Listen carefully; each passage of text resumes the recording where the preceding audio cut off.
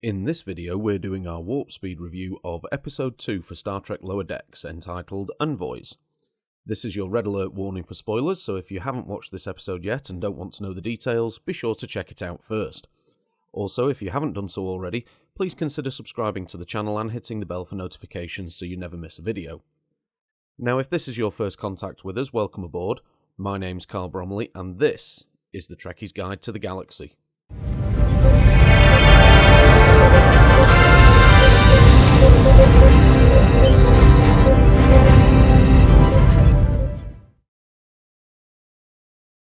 Boimler has just landed himself what he considers the best assignment on the ship.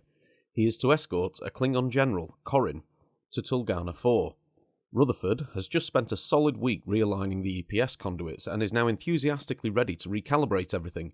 Disappointedly, Tendi brings up that he'd promised to watch the Trivoli pulsar with her.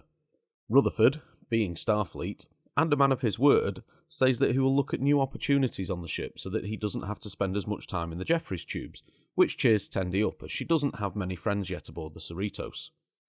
In the shuttle bay, Boimler is boarding ready for his escort mission. Unfortunately for him, his new mentor decides that she's going to join him, and as Corinne arrives, Mariner attacks the General, which totally freaks out Boimler. Fortunately, Mariner and the General are old friends, and they head off to the peace talks. On arrival, they land in Little Kronos to pick up some gach for Corinne, who promptly steals the shuttle as soon as Mariner and Boimler step off. While searching for the General, Boimler manages to get them into several sticky spots, insulting a huge taxor after knocking his bowl of gach to the floor, being hit on by an Anabash that wants to lay eggs in his throat, and starting a fight in the Andorian bar after mistakenly helping a Vendorian shapeshifter thief escape. Fortunately, throughout all of this, his mentor Mariner is on hand to defuse the situations. Unfortunately, this causes Boimler to lose faith in himself as he says he's going to quit once the mission is over. Back on the Cerritos, Rutherford is sticking to his word and exploring other career avenues on the ship. First, command, which doesn't go so well, as he ends up killing 105% of the crew in his first simulation, and then ejecting all the children on board in the second. Next, he tries medical, and seems to be a natural, being able to relate doing surgery to engineering. But unfortunately his bedside manner isn't up to par, so Dr. Ta'ana suggests he try security. Shax puts him in a combat simulation called Smorgasbord, full of Borg drones, designed to teach trainees how to deal with defeat.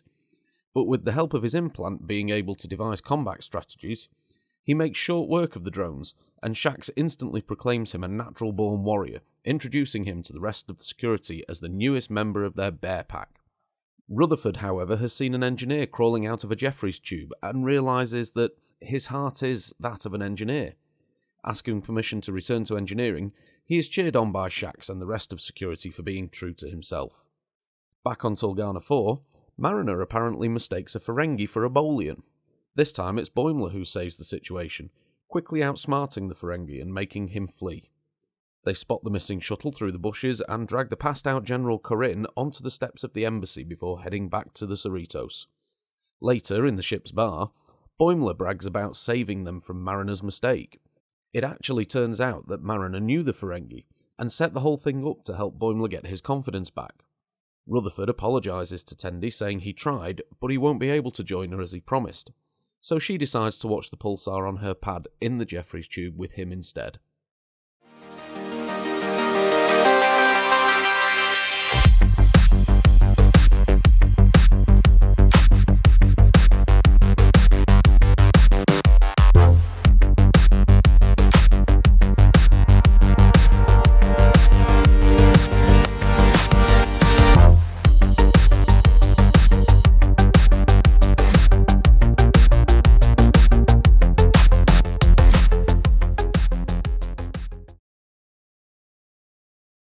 So what did we like about this episode? Well, the opening scene with Mariner threatening to make the transdimensional alien into basically a genie in a bottle I thought was brilliant. It's not the first time we've seen aliens like this in Trek, and I found it funny to see another case of this sort of occurrence just being the norm on a starship and nothing to get excited about. Also, the command holodeck simulations were brilliant, although I'm just as confused as Rutherford about how he managed to kill 105% of the crew. But the way all the senior staff were so supportive of Rutherford as he was exploring other opportunities open to him show that maybe they're not as pompous as they appeared in the first episode. Finally, I love how Mariner was willing to lose face herself in order to help Boimler, even though she probably knew he wouldn't keep it to himself. And both those last points are things we'll be going into in more detail in our Level 1 Diagnostic review of this episode.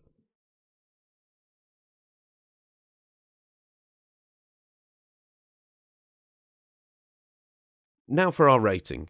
Well, I didn't think this was as good as the premiere episode, but I still very much enjoyed it.